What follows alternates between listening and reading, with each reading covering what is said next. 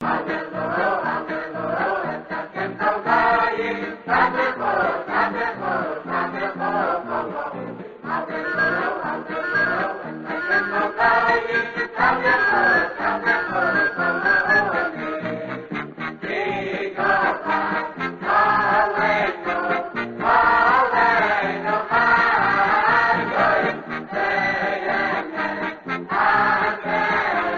evening, welcome to Moshiach Mystery series. So tonight we are continuing the topic that we started a couple of weeks ago about how Avodas HaShem will be like when Moshiach comes, how our service of Hashem will look like. So in the previous weeks we talked about how the study of Torah, learning Torah, how that's going to be. Last week we spoke about the knowledge of Hashem and teaching each other what that's going to be like. So we know that the world stands on three pillars: Torah, Avodah, and Gemilas Chasadim.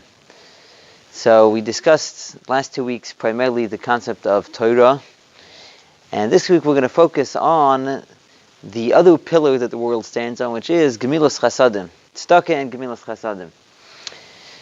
So we'll begin over here with the Gemora in Shabbos, Kufnan Aleph Amid Aleph, 151a. And over here we'll see in this Gemora, in this passage of the Talmud, that it would seem that, at least according to one opinion, when Mashiach will come, there will no longer be tzedakah. We will no longer give tzedakah anymore, and we'll see why. So we see it in the last, third to last word on the line, V'tanya, was taught in a brayso. Rabbi Shimon ben Elazar Omer.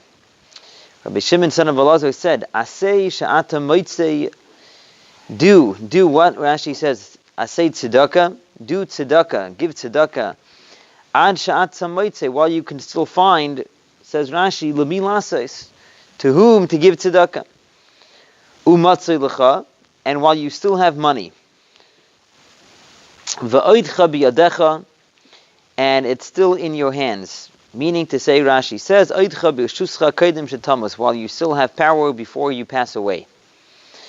And likewise, Shlomo HaMelech, King Solomon said in his wisdom, remember your Creator in the days of your youth, before the days of evil come upon you. What does that refer to? Elu Yemei HaZikna. That refers to the days of old age. And then Shlomo HaMelech continues, King Solomon concludes, V'higiu shanim asher toimar ein li bohem chayfetz. Years will come in which he will say, I have no desire. What does that mean? Elu Yemei HaMoshiach. These refer to the days of Mashiach, she'ein bohem lo yischus v'lo choiva. In the days of Mashiach, there will be no schus. What does that mean? Rashi says, Loi davar lizkais bay. There will be nothing to become meritorious through. Shekulam ashirim. Everyone will be rich. There will be no way to have a schus by giving tzedakah, because everyone will be rich. Everyone will be wealthy. V'lei chayva. And there will be no opportunity also to sin. Says Rashi, la'ametz leiv alikpetz yad, meaning to be strong of heart and to hold your hand back. In other words, to withhold from giving tzedakah. So, in other words, Rabbi Shimon ben Elazar is saying in this verse, and the way he's interpreting also what Shlomo HaMelech said, is when Mashiach will come, everyone will be wealthy, and it won't be possible to give tzedakah anymore. No one will need tzedakah. However, the Gemora points out, Pliga de Shmuel, however, this is in conflict with Shmuel. The Amar Shmuel says, Ein bein ha'olam hazeh li moisa Mashiach el shibud malchis bilvad. Shmuel's of the opinion, famous opinion quoted many places in Shas, that the only difference between this world and the world to come, in the times of Mashiach, is literally the subjugation of governments. In other words, when Mashiach will come, the Jewish people, we will be under the reign of Mashiach and will no longer be under other nations, other kingdoms. But as far as the rest of the way the world's going to work, it's going to be the same. Shenamar, and he quotes the pasuk that says, "Kilo yechdal avya mikarav haaretz." It says, there will never cease to be a poor man in the earth. In other words, Shmuel is understanding that literally that even after Mashiach comes, there will still be poor people. And therefore, it will still be possible to give tzedakah. Okay. So now, just to point out over here. So it seems that there's a dispute over here in the Gemora. What's going to happen when Mashiach comes? Will there still be poor people? And we'll still be able to give tzedakah? Or maybe not? So, there's the Rebbe spoke at length in many occasions that even according to the opinion of Shmuel, which the Rambam paskins like, so the Rambam himself indicates that there will come a further era in the times of Mashiach when miracles will occur and the nature of the world will change. So, meaning to say that eventually everyone will become wealthy, and even according to the opinion of Shmuel, seemingly, there will come a time when it will no longer be possible to fulfill the mitzvah of tzedakah, since everyone will have everything they need. And so the dispute over here is only regarding the initial stage, the initial era when Mashiach comes. But afterwards, everyone agrees that eventually the world will change and will no longer be able to fulfill the mitzvah of tzedakah. Okay, so we have a few questions over here. So let's begin with question number one. Question number one is that we know the Rambam says in his introduction to Sefer HaMitzvahs, to his book of mitzvahs, that the only mitzvahs that are counted in the Taryag mitzvahs, in the 613 mitzvahs, are mitzvahs that apply for all generations. Apply for all generations. A mitzvah that was only a temporary mitzvah is not considered one of the 613 mitzvahs. So let's take, for example, there was a mitzvah that the Jewish people had in the Midbar not to leave the mun, the mun that came from heaven. They weren't allowed to leave it till the next day, right? That's not included in the Taryag mitzvahs, in the 613 mitzvahs, because that was a mitzvah that was only for that generation, only for that time, and so it's not applicable to all generations. So the question is, tzedakah is in fact one of the 613 mitzvahs. I believe definitely by the Rambam. The Rambam includes it in one of the 613 mitzvahs, and I believe also many of the other commentators who enumerate the 613 mitzvahs. So if when Mashiach will come, we'll no longer fulfill the mitzvah of tzedakah, so why is it one of the 613 mitzvahs? So that's our first question. So I believe the answer is a very simple answer. And the Rambam himself, in his Sefer HaMitzvahs, in a number of places, the Rambam gives the answer to this question. So this is just one example. This is Mitzvah Saseh Kuf Pei Zayin, Mitzvah Saseh, the positive commandment 187. So over there, the Rambam says that there's a mitzvah to wipe out the 7 nations, right? The 7 nations that inhabited the land of Canaan, meaning Eretz Yisroel. The Jewish people, they had to wipe them out, meaning either they had to accept the Shavah Mitzvahs Bnei Noach, and they had to accept to be, so to say, second class, or they were to be killed out. Now, the Rambam asks that the question is like this: maybe a person will think, this is a mitzvah that doesn't apply for all generations. It says the 7 nations have already been destroyed. He said you could only make that mistake if you haven't correctly understood the concept of something which applies for all generations. He says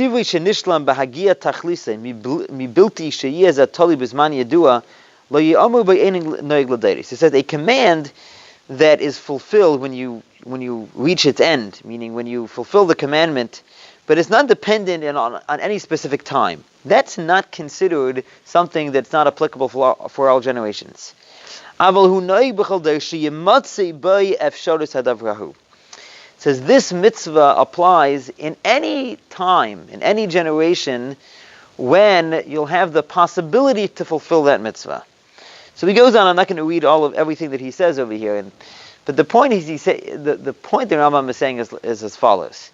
He's saying the mitzvah to annihilate the seven nations, that applies in all generations, and any generation when you will find the seven nations, so then you have a mitzvah to wipe them out. Now it's possible that they have already been annihilated, so we've already done the job. But theoretically speaking, right, if this generation, Mashiach will come, right, and there'll be the seven nations, we'll find one of the seven nations. So there'll be a mitzvah to wipe out one of the seven nations. So in other words, when we say that a mitzvah has to apply for all generations, it means that theoretically speaking, if you have the opportunity to fulfill that mitzvah, so then there's a mitzvah to fulfill it. He says the same thing applies to wiping out Amalek. What happens once we wipe out Amalek, or what happens in this generation, we don't know who Amalek is. Does that mean that we don't have a mitzvah to wipe out Amalek today? No, there's a mitzvah to wipe out Amalek today. Happens to be, we don't know who Amalek is. Or after Mashiach comes, we will wipe out Amalek and then we finish the job. But still, the mitzvah still applies in all generations. Because the mitzvah is, if you have the opportunity to fulfill that mitzvah, then you have to fulfill it. It doesn't mean that you'll always have that opportunity. So this is the foundation that the Rambam lays down over here. That when we say that a mitzvah has to apply in all generations, what it means is not that on any given day it has to be possible literally to fulfill that mitzvah. It means that in every single day you have a mitzvah that if you have that opportunity, you have to fulfill it. In other words, let's say today the man will fall from heaven. Let's say today there'll be a man that will fall from heaven. Will there be a mitzvah that you can't? Will there be an isser, a prohibition that you can't leave it to the next morning? No, right? That was a mitzvah that only applied in the desert when they had man in the desert. It's not that any time man falls from heaven you can't leave it till the morning. That's not what the mitzvah is. The mitzvah was for that generation. It was only specifically for that time. So the same thing we could also apply to tzedakah. What is the mitzvah of tzedakah? The mitzvah of tzedakah is whenever you see a person who's in need of something, so you have to provide them with their need. That's what the mitzvah of tzedakah is. It's usually in a monetary sense. So now, even when Mashiach will come, so if you'll find a poor man, there will be a mitzvah to give him tzedakah. Now it happens to be you won't find a poor man because we'll all be wealthy. We will all have all our needs. But the mitzvah of tzedakah still applies in a theoretical sense. Meaning, if you will find a poor man at the time of Mashiach, there will still be a mitzvah to give him tzedakah. So the answer is pretty straightforward. So the mitzvah of tzedakah is a mitzvah that applies in all generations. Even when Mashiach comes, whenever you have that opportunity.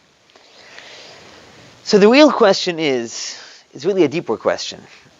That, as we mentioned before, the Mishnah in the beginning of Avos says that Al Shloisha Dvarim Ha'olam Omed. The world stands on three things, three pillars: Torah, Avodah, and Gemilas Chasadim. Right? The study of Torah, Avodah, which refers to Karbanos, and Gemilas Chasadim, acts of loving kindness, which usually, primarily, refers to the mitzvah of tzedakah. So how could it be that when Mashiach will come, we won't have that amud, we won't have that pillar? When Mashiach will come, suddenly the world is going to be lacking the pillar of Gemilas Chasadim? That seems to be completely antithetical to the whole concept of Mashiach. Mashiach is a time when we'll be able to fulfill all the mitzvahs properly. So how will it be possible to even say that when Mashiach will come, suddenly the whole pillar that the world, one of the three pillars that the world stands on, won't be actualized, will only exist in some theoretical sense? So we have to come on to some other answers over here. So we'll explore three different answers of how to answer this question. So the first answer we have over here is from the Chassam Sofer, of Moshe Sofer. So in his commentary on Chumash, Parshas B'chukoisai, so he comments on this idea, starting on the third line. He says Yishleimu al pima detnan ba'aves al gimul dvarim ha'ilam aymin al ha'torah v'avodah gemilas chasadim. He says, we know, it says the world stands on these 3 pillars, Torah, Avodah, and Gemilas Chasadim. So now the Chassam Sofer points out another interesting thing. What does Avodah refer to? Avodah refers to the service of Karbanis. Karbanis, that's what it refers to specifically. Yeah, there is a concept of davening also that it's Avodah, but Avodah specifically refers to Karbanis. So nowadays, we don't have a Beis HaMikdash till Moshiach comes. So how do we have the pillar, the umud of Avodah? Oh, so he says, which is Karbanis. So it says the Chassam Sofer Vizman Hazeh Ein Lanu Avodah. Nowadays we don't have Avodah V'rak Al Yidei Limud HaTorah Anu Yecholim Lekayim Gam HaAvodah. How are we able to fulfill? How are we able to sustain the pillar of Avodah? It's also through the study of Torah. How so? The kol ha'oisik b'teiras oila kilu hikriv oila. Our sages say whoever involves himself in the study of a korban oila, it's considered as if he brought a korban oila.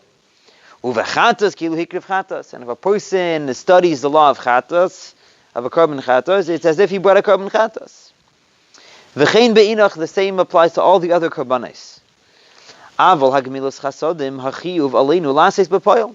However, nowadays we have to do gemilas chasadim in the physical, simple sense. We actually have to give money to each other and do gemilas chasadim in the literal physical sense, not to study about it. Says the Chassam Sofer. So in other words, nowadays we're not doing avodah in the regular sense. How are we doing avodah? We're doing avodah through study of Torah. However, in the time to come of Mashiach, then the world will be fixed. The world will be rectified. Then the avodah will be b'poil, meaning then we'll have karbanos. But gemilas chasadim we won't need, because each man will be under his vineyard and under his fig tree. Everyone will know Hashem from smallest to greatest. No man will need his friend. And death will be swallowed up forever. Says Chassam Sofer, so then we'll fulfill Gemilas Chasadim through study of Torah as well. The Kol HaOisik, the Parsha Hahu, that whoever is involved in that Parsha, so he will, right, it will be considered as if he is giving Gemilas Chasadim. So basically what the Chassam Sofer is saying is a very interesting thing. Just like nowadays, how do we fulfill Avodah? How do we do Karbanos through study of Torah? When Mashiach will come, how will we give Gemilas Chasadim? No one will need Gemilas Chasadim. No one will need tzedakah. Through studying about Gemilas Chasadim, through learning about Gemilas Chasadim, will be as if we gave Gemilas Chasadim. So the Chassam Sofer is saying that we will have also a practical way of fulfilling Gemilas Chasadim when Mashiach comes, through studying Torah. Okay, so that's one approach. Now we'll see another approach from the Rebbe. This is from the Sikha of Shabbos Parshas Kisavei Tafshin Memtes, 1989. So this is, the Rebbe brought it sort of on just by the way in the Farbrengen. The Rebbe asks, "V'yishla ayin keitzad yakim mitzvos hatzdaka la'asad lavei." Rebbe asks, how are we going to fulfill the mitzvah of tzedakah when Mashiach comes? After the prophecy is fulfilled that there will no longer be poor men, how will we fulfill the mitzvah of tzedakah? Yeshloimai, says the Rebbe, so what did we learn last week? That even when Mashiach comes, there will be still differences between, there will be people who are great and people who are small. As it says that everyone will know me, everyone equally will know Hashem, but at the same time, there will still be small and great. So therefore, therefore it will still be possible for those who are great to give tzedakah to those who are small. In other words, what the Rebbe is saying is that the tzedakah will be given in a spiritual sense. So there's tzedakah in the physical sense, but then there's spiritual tzedakah as well. It brings to mind that famous Yechidus, private audience that the Mashpia of Nissen Nemenov from France, from Brunois, had with the Rebbe. So after the Rebbe started Mitzvah Tefillin, the Tefillin campaign, so this was a whole novel idea to some of the older Chassidim, that Bachim Yeshiva should go out and they should go out into the streets of New York or the streets of Paris and offer Jews to put on Tefillin with them. And Reb Nissen Emen of the Mashpia of the Yeshiva was concerned that this would take away from the Bachrim's own personal Avodas HaShem. What about the Bachrim putting their efforts into their own learning and their own davening? And so the Rebbe told Reb Nissen that the Alter Rebbe writes in Torah Oyer that the pasuk says tzedakah tereimim goy. Says that when a person gives tzedakah, it elevates the nation, which means when a person gives tzedakah, nasa moichai v'libay zakim elef pa'amim kacha. When a person studies Torah, his mind and heart become purified 1,000 times fold. And the Rebbe continued. The Rebbe told Reb Nissen that means that the Alter Rebbe was talking about physical tzedakah, but the same thing also applies to a spiritual tzedakah. When a young bacher goes over to a Jew who's not affiliated, doesn't yet know about the mitzvah, about the importance of putting on tefillin, and he gives him the opportunity to put on tefillin, he's doing tzedakah. He's giving him a spiritual tzedakah. Spiritual tzedakah, giving him the opportunity to do a mitzvah, Hashem's mitzvah. So the Rebbe told Reb Nissen that the Bachrim's minds will become purified 1,000 times fold. Something that will take them a half hour, 500 hours to learn, it'll take them a half hour to learn. Something that will take 1,000 hours to learn, they'll be able to learn in 1 hour. So in other words, the concept of tzedakah, the Rebbe is saying a similar thing when Mashiach will come, will be a spiritual tzedakah. Spiritual tzedakah, there'll be people who are called Gedolam, who are great, even when Mashiach comes, and people who are Ktanim. However, the Rebbe points out, obviously, when we're talking about people who are small, it's in a relative sense, relatively speaking. It means that since they're receiving something from someone else, so therefore we refer to them as people who are small. But it's not that they're literally small, because when Mashiach will come, everybody will know Hashem, and everybody will be on a much greater level than they are nowadays. So an example of this idea, how you could have someone who, even though he's very great, like we'll all be when Mashiach comes, nevertheless, in a certain sense, or at a certain moment, he needs tzedakah, so to say, from someone else. Interesting example. Amru Chazal, our sages say, Ki koi Rebbe baha mesechta leiteshayli b'mesechta achrisi. Our sages say when Rebbe is involved in this mesechta, in this tractate of the Talmud, don't ask him about a different mesechta. So what do you see from that? What you see from this is the fault. We're talking about a true sage. We're talking about the holy Rabbi Yehuda HaNasi, Besader HaMishnayos, the one who organized the Mishnayos, the greatest of the great. Or Rabbi Shia, who organized the Braisos. Which obviously they were fluent in all Masechtes of Shas. Nevertheless, when they were involved in one Masechta, says the Gemora that you shouldn't ask them about a different Masechta. On the other hand, Rabbi Amiti, since he's a true Rebbe,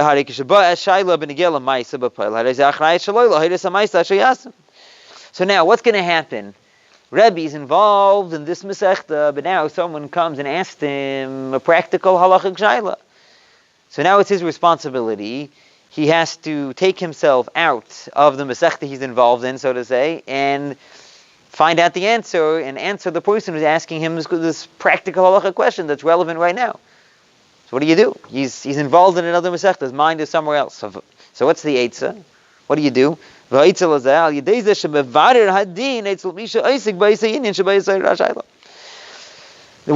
this Rebbe do?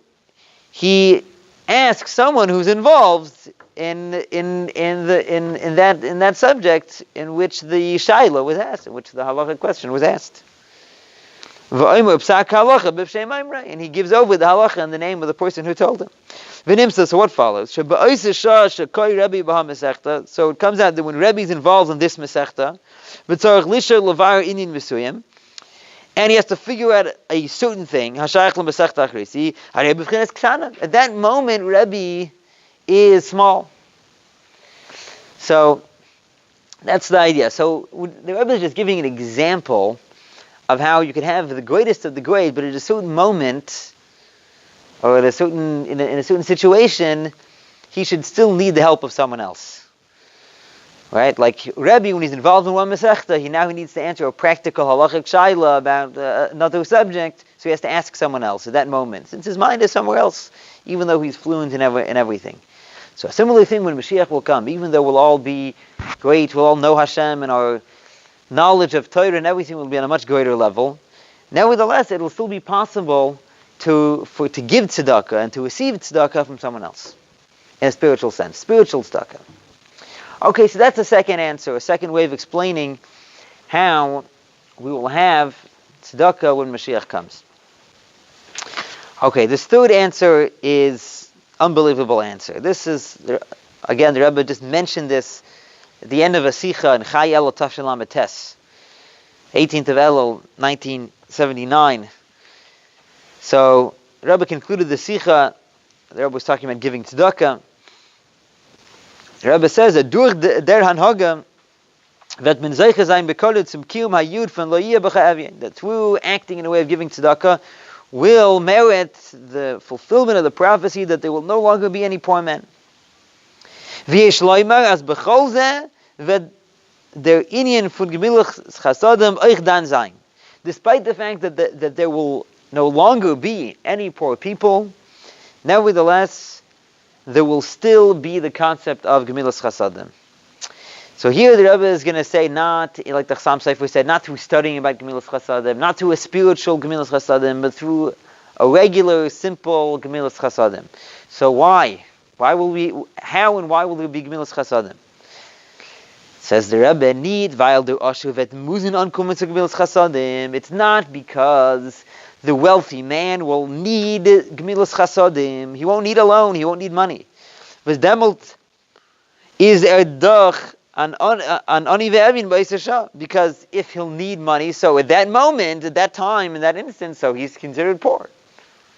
No, why will there be Gemilas Chasadim? B'chtei zu haben dem Amud von Gemilas Chasadim. We'll give Gemilas Chasadim just in order that we should have the pillar of Gemilas Chasadim. Because Gemilas Chasadim is one of the three pillars on which the world stands. It should happen immediately.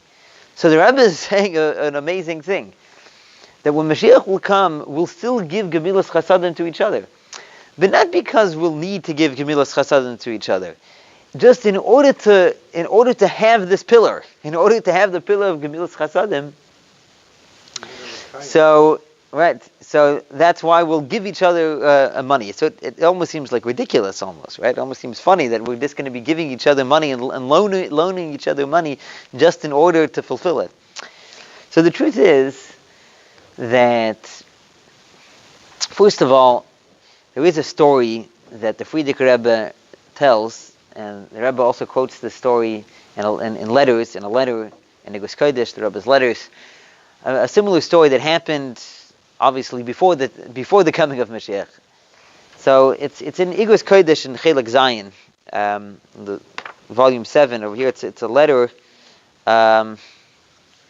written to the Chevra Gemilas Chasadim, the Rabbi Avram Sharfstein, Rabbi Menachem Mendel Schneerson, who had a gemach, they had a free loan society.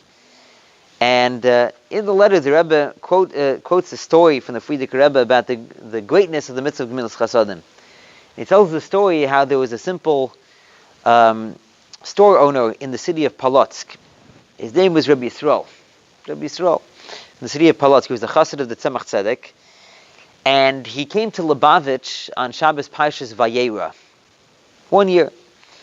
And he heard a mimer from the Tzemach Tzedek.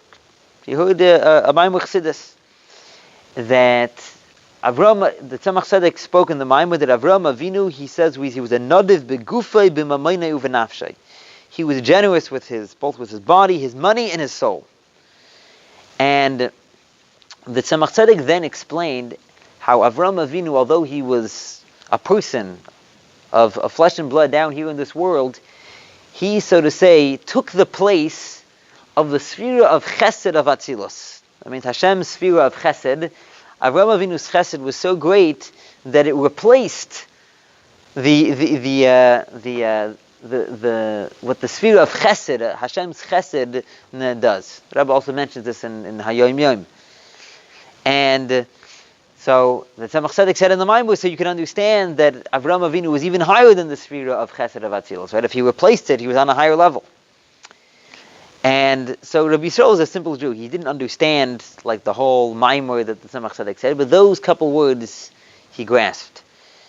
And so he came home, and he told it over by a Chassidish Farbrengen. Chassidim got together, and then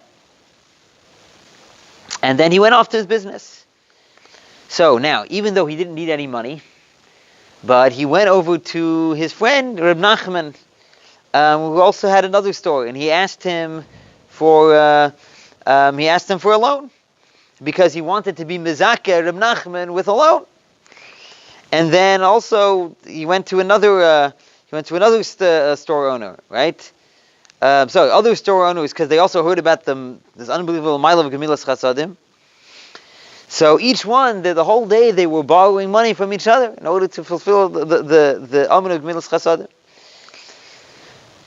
So when Rabbi Yisroel came back to Lubavitch, the Tzemach Tzedek called him, and he asked him about what he was doing. And later, the Rebbe Maharash asked the Tzemach Tzedek, what did he see on Rabbi Yisroel? Why did he call him over and ask him what he was doing? So the Tzemach Tzedek answered that he saw on Rabbi Yisroel, the store owner, he saw an Amud Oyer of Chesed Atzilus. He said he saw a pillar of light of Chesed of Atzilus. In other words, you see what this Rabbi Yisroel, what he accomplished by just giving Gemilas Chasadim, just what we call stamazai, just in order to fulfill the concept of Gemilas Chasadim. So this is like a ma'ain, this is like a taste of the way we're going to give Gemilas Chasadim when Mashiach comes. So I think over here in the footnote over here, the Rebbe mentions the Mezeritch about Kesef Talvas Ami is in order to answer Chesed Ve'emes Mani and Seru. If I'm not mistaken, that's the famous Mezeritch that David HaMelech asked Hashem that why does Hashem make poor people? Why does He make that for there should be poor people? There should be poor people. Everybody, Hashem should provide for everybody. Why is it that some people are poor? So what Hashem answered was that Chesed ve'emes man yinseruhu. Now, if not for the fact that there are poor people, so who's going to do Chesed? Who's going to do Chesed? In other words, the purpose of the existence of poverty is really in order that those who have the money, those who are wealthy, they should be able to give tzedakah. So, what it comes out is a very interesting thing. That really the ultimate goal is, it's not, you think of tzedakah, what's the purpose of tzedakah, right? So, just at face value, the purpose is to provide for the needs of those who don't have, right? Those who don't have the money, those who don't have the means. But in a deeper sense, the Medrash is teaching us, if that were the case, so Hashem could provide for them. Right? But Hashem needs us to provide for poor people. So in a deeper sense, the purpose of the reason why Hashem creates poverty is in order to give the aschus to those who do have the money, to the rich, that they should be able to provide for the poor. So what's going to happen when Mashiach will come? What's going to happen when Mashiach will come is that we're going to give tzedakah without people being poor. We'll do gemilas chasadim, more correctly stated. We'll do gemilas chasadim without people having to be poor. In other words, this is really touching on a whole deeper understanding of the nature of life when Mashiach comes. See, the world before Mashiach comes, we spoke about this also 2 weeks ago in regard to learning Torah. This fits with the general theme of Mashiach. This is the world now before Mashiach is a world of birurim. Basically, just to maybe translate that in a simple way, it's about fixing problems. It's about fixing problems. As we have a world that has issues, that has problems. There's good, there's evil, right? There's both in the world at large and personally. You have an Nefesh Bahamas, and even as we spoke 2 weeks ago, in Torah itself, there's lack of clarity, and we have to fix the problems, right? And that's what our whole goal is. That's our whole motivation, is to fix problems, right? In other words, the world is, so to say, not a dwelling place for Hashem, and we have to change it, we have to transform it and make it a dwelling place for Hashem. When Mashiach will come, that's going to be done already. We'll already have fixed all the problems, right? There will be no poor people. There will be no problems anymore that we have to fix. So what's going to be the nature of Avodas HaShem when Mashiach comes? What's going to be? What are we going to be accomplishing? So the Alter Rebbe says in Tanya in Igeres HaKodesh, what he calls it is liyachid yichudim, which basically means to reach a higher level of kedusha, a higher level of holiness. So in other words, we're going to do Torah mitzvahs not to fix a problem, not because the world is not a dwelling place for Hashem and now we have to transform it and make it into a dwelling place for Hashem. Rather, the purpose is going to be aliyahs, to elevate the world to a higher level. So a similar thing also is in regard to tzedakah and gemilas chasadim. So nowadays, tzedakah and gemilas chasadim, the nature is that there's a problem. There's people who are poor, people don't have needs, right? And we have to fix the problem. Those who have money, they have to give tzedakah, they have to give gemilas chasadim in order that people should have what they need. Because that's the nature of the time of Golus. That's the nature of the world before the coming of Mashiach. After Mashiach will come, so we won't be giving gemilas chasadim or tzedakah because we're looking to fix a problem because there's poor people that don't have. We're going to be giving it because like the Rebbe says, that's the ummah that the world stands on. In other words, what Hashem wants is that people should give. People should give to each other. That's what gemilas chasadim is about. So nowadays, why do people give? Because someone else is lacking. There's a deficiency. You need to fill it. Someone else is lacking. When Mashiach will come, we'll give just because the goal is to give. It's not going to be to give in order to fix a problem. So just trying to bring out over here that you could at first glance, it seems as if the Rebbe is saying, okay, so Mashiach will come, we'll find an excuse in order to fulfill gemilas chasadim, right? We'll just do it because there's an Indian, there's this idea of giving gemilas chasadim. But the truth is, I think that would be a misunderstanding. The purpose of gemilas chasadim nowadays is the same purpose that of when Mashiach will come, which is that people should give. People should give to each other. Nowadays, in order to create that possibility, so we have to create a situation where there's people who are lacking. When Mashiach will come, so we'll give without creating that situation of people lacking. We'll give just because of the concept of giving. And that's in general going to be the whole nature of the world when Mashiach comes, that we're going to be doing Torah mitzvahs. Torah, Avodah, gemilas chasadim, everything will just be to reach a higher level of kedusha, not in order to fix any problems. So just to recap over here, so we talked about different levels of how we're going to fulfill tzedakah when Mashiach comes. So at a basic level we asked, so if there won't be any tzedakah in the literal sense when Mashiach comes, so how is it one of the Taryag mitzvahs? So to that we answered because it's still a mitzvah in the theoretical sense, right? Theoretically, if there will be a poor person when Mashiach will come, there will be a mitzvah to give to him. So that's on a very basic level. Now on a deeper level, so how could it be that we're not actually going to give tzedakah, gemilas chasadim? Seemingly that's one of the pillars that the world stands on. So for that we had three answers. One was the Chassam Sofer that we'll learn about it. One was an answer from the Rebbe that will fulfill the concept of tzedakah in a spiritual sense. We'll teach each other. There will still be a concept of tzedakah. And then we'll have the concept of Gemilas Chasadim, that we'll just give Gemilas Chasadim to each other just in order to give. So we should merit that through our giving tzedakah and our Gemilas Chasadim nowadays. So we should merit to the time of Mashiach when we'll be able to fulfill this mitzvah just lishmach, just for the sake of giving, and everybody will have everything that they need. Lo yeh b'cha evya, and there won't be anyone who is poor, and it should happen, take it from Yad Mamish immediately.